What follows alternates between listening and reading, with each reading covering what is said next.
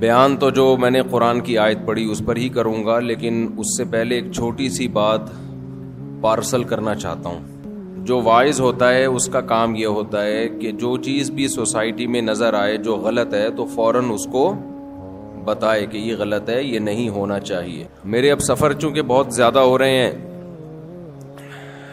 ایک چیز پر پہلے بھی میں بیان کر چکا ہوں۔ دیکھیں،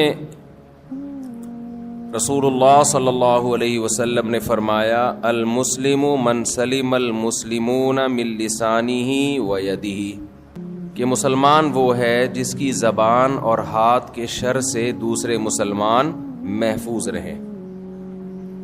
آواز سب کو صاف آ رہی ہے پیچھے؟ جی ہاں، صاف آواز نہیں ہے جی، سائڈ تو ہے ہی نہیں۔ ادھر آ رہی ہے آواز؟ ادھر نہیں آ رہی تھی، مجھے خود نہیں آ رہی تو آپ کو کہاں سے آ رہی ہو؟ آواز گونج رہی ہے میرے کانوں میں۔ تو آپ صلی اللہ علیہ وسلم نے ارشاد فرمایا کہ مسلمان وہ ہے جس کی زبان اور ہاتھ کے شر سے دوسرے مسلمان محفوظ رہیں۔ ہم بہت دفعہ ایسا کرتے ہیں کہ جب بھی کوئی حدیث ہم سنتے ہیں تو ہم اپنے مطلب کے حساب سے اسے ڈھالتے ہیں، اپنے کلچر کے حساب سے اسے ڈھالتے ہیں۔ یہ نہیں دیکھتے کہ حدیث کا منشا کیا ہے، حدیث کا اصل مفہوم کیا ہے۔ میں اکثر ایک مثال دیتا ہوں اس کی۔ قرآن میں اللہ تعالیٰ نے فرمایا تباہی بربادی ہے ان لوگوں کے لیے جو ناپ تول میں کمی کرتے ہیں، جب اپنا حق لینے کی باری آتی ہے تو پورا حق لیتے ہیں، جب حق دینے کی باری آتی ہے تو ڈنڈی مارتے ہیں۔ فوراً ہمارا دماغ جائے گا پیاز ٹماٹر والوں کی طرف، اپنی طرف کسی کا دماغ بولو نہیں جائے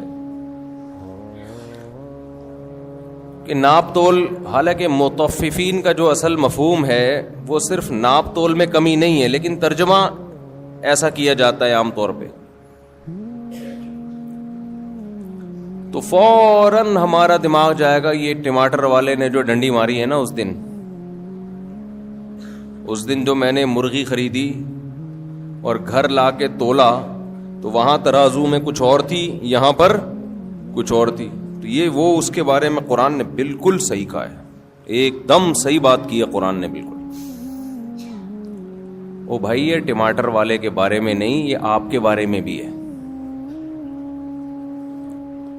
سمجھتے ہیں؟ اس آیت کا منشا کہتے ہیں جو اس کی مراد ہے اصل، وہ پیاز ٹماٹر آلو والوں کو برا بلا کہنا نہیں ہے۔ اس کا اصل مقصد ان لوگوں کو برا کہنا ہے کہ جو اپنا حق لینے میں بڑے تیز ہوتے ہیں، دوسروں کا حق دینے میں ڈنڈی مارتے ہیں۔ اب میں ایک مثال سے بات سمجھاتا ہوں۔ جس نے بہن کو وراثت نہیں دی، اپنی وراثت تو لے لی اس نے ابا سے، جب دینے کا وقت آیا کہ جب تم نے ابا سے کیوں لیے؟ اسلام کا سہارا لے کے لیے نا۔ بھائی، غیر مسلموں کے ہاں ابا وصیت کریں گے تو آپ کو ملے گی، ادروائز وہ آپ کو نہیں ملتی۔ اسلام میں یہ ہے کہ ابا نے وصیت کی ہو یا نہیں کی ہو، بلکہ غلط وصیت بھی کر دی نا کہ میرے بیٹے کو نہ ملے، پھر بھی کس کو ملے گی؟ بیٹے کو ملے گی۔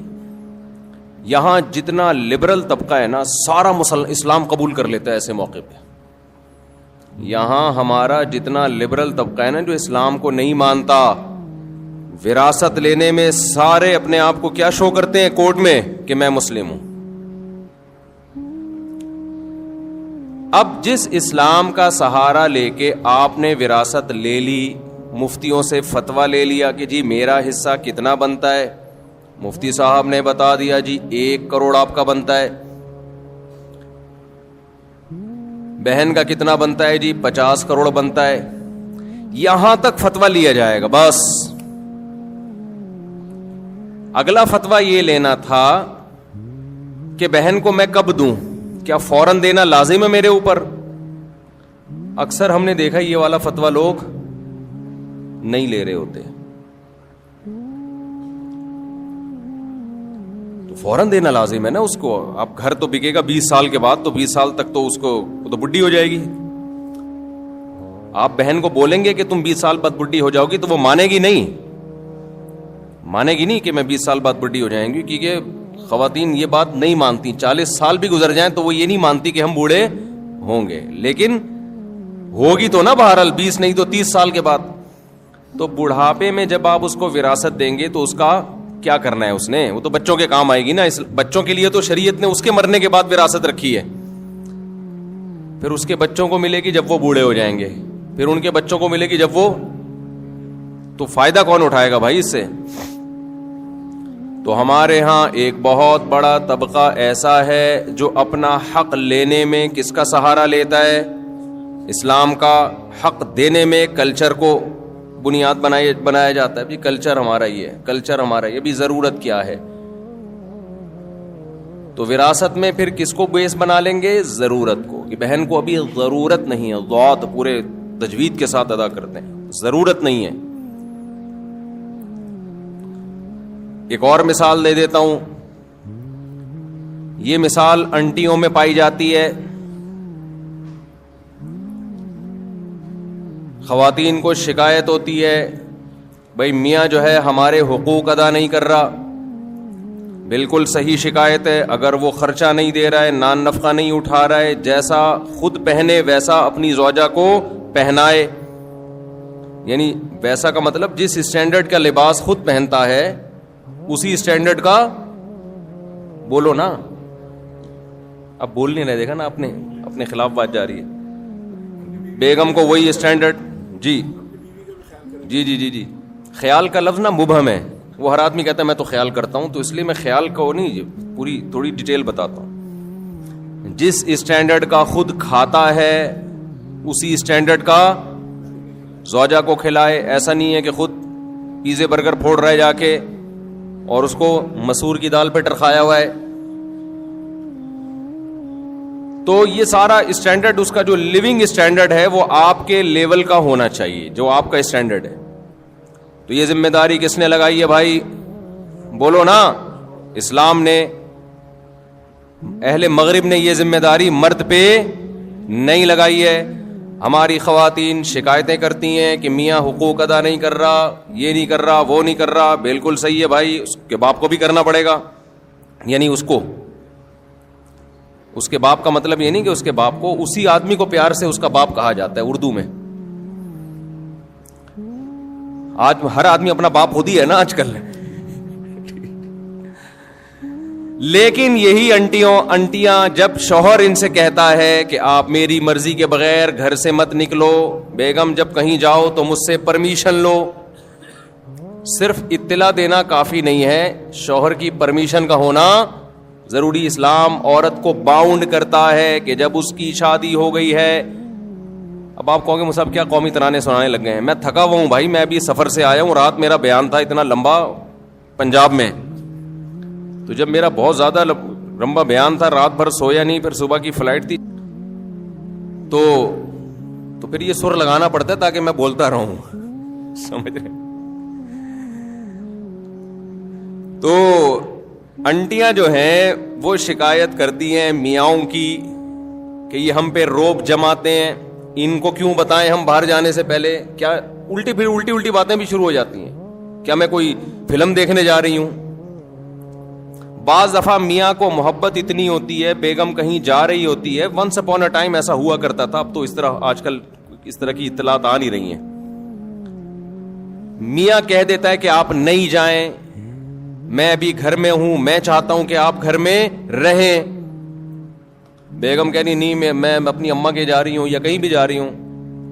تو اسلام ایسے موقع پہ بیگم کو سپورٹ کرتا ہے یا میاں کو.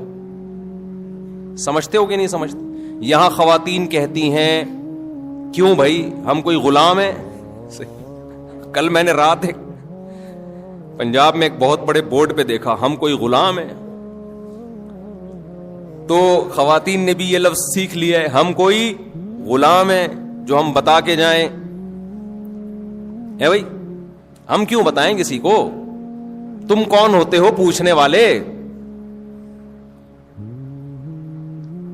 پھر ہر وقت کی پابندیاں لگائی ہوئی ہیں میرے اوپر، ہر وقت کی پابندیاں ٹھیک ہے، یہ غیر اخلاقی حرکت ہے، ہر وقت کی پابندی.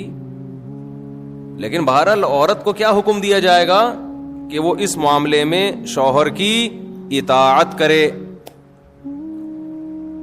آج کل جیسے مردوں نے حقوق ادا کرنا چھوڑ دیے تو خواتین بھی بہت ساری لبرل ہوتی جا رہی ہیں، وہ میاں کو بتانا ضروری نہیں سمجھتی. ایسے بھی کیسز آتے ہیں، میاں صاحب کہہ رہے ہیں بھائی ان سے نہیں بات کیا کرو، اس سے نہیں جی، تم کون ہوتے ہو روکنے والے؟ تو بھائی جب آپ میاں سے اپنے حقوق لے رہی ہو کس کے نام پہ؟ اسلام اس کو پابند کر رہا ہے، سمجھ لیں آپ. اسلام کے علاوہ کسی کا باپ بھی شوہر کو پابند نہیں کر سکتا، خوب سمجھ لو. اور اسلام کی پابندی اگر نہ ہو تو کوئی بھی زوجہ کے حقوق ادا نہیں کرے گا، قانون کروا ہی نہیں سکتا. پھر یہ ٹاپک چینج ہو رہا ہے، کیا کریں یار. میں خواتین کو بتا رہا ہوں اسلام کی قدر کرو. یہ جو میاں پاکستان میں اور اسلامی ملکوں میں میاں جو خرچہ کرتے ہیں نا بیگموں کے اوپر، جو حقوق ادا کرتے ہیں، یہ اسلام کی وجہ سے کرتے ہیں، یہ گورنمنٹ کے لا کی وجہ سے نہیں کرتے. لا میں اتنی طاقت نہیں ہے کہ حقوق ادا کروا دے. گوروں نے کتنے زبردست لا بنا بنا کے مسلط کیے، انہوں نے بھی بالآخر ہتھیار ڈال دیے کہ بھئی قانون کے ذریعے شوہر عورت کے حقوق ادا کرے، یہ پاسبل نہیں ہے.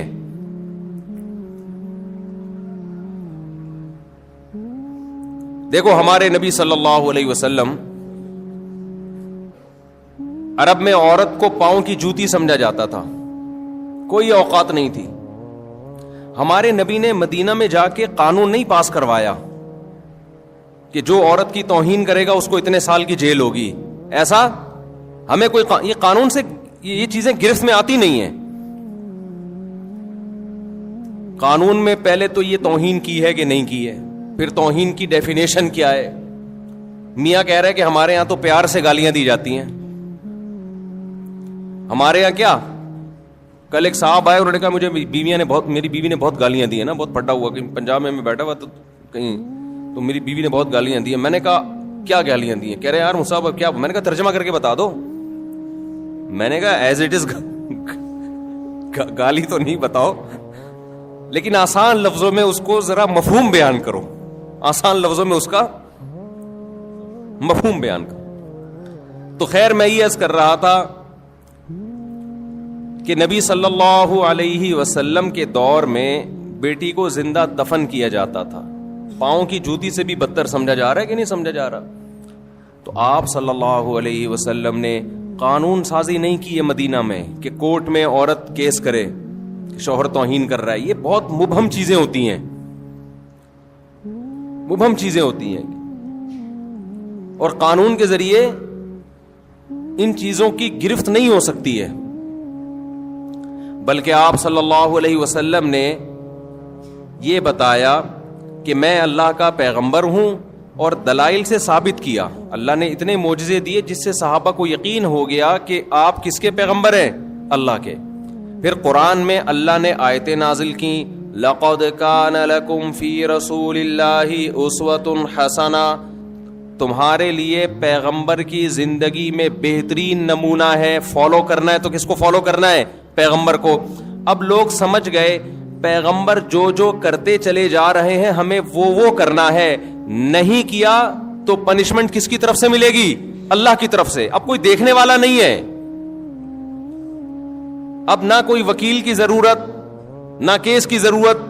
کس کا خوف بٹھا دیا ہے؟ اللہ کا.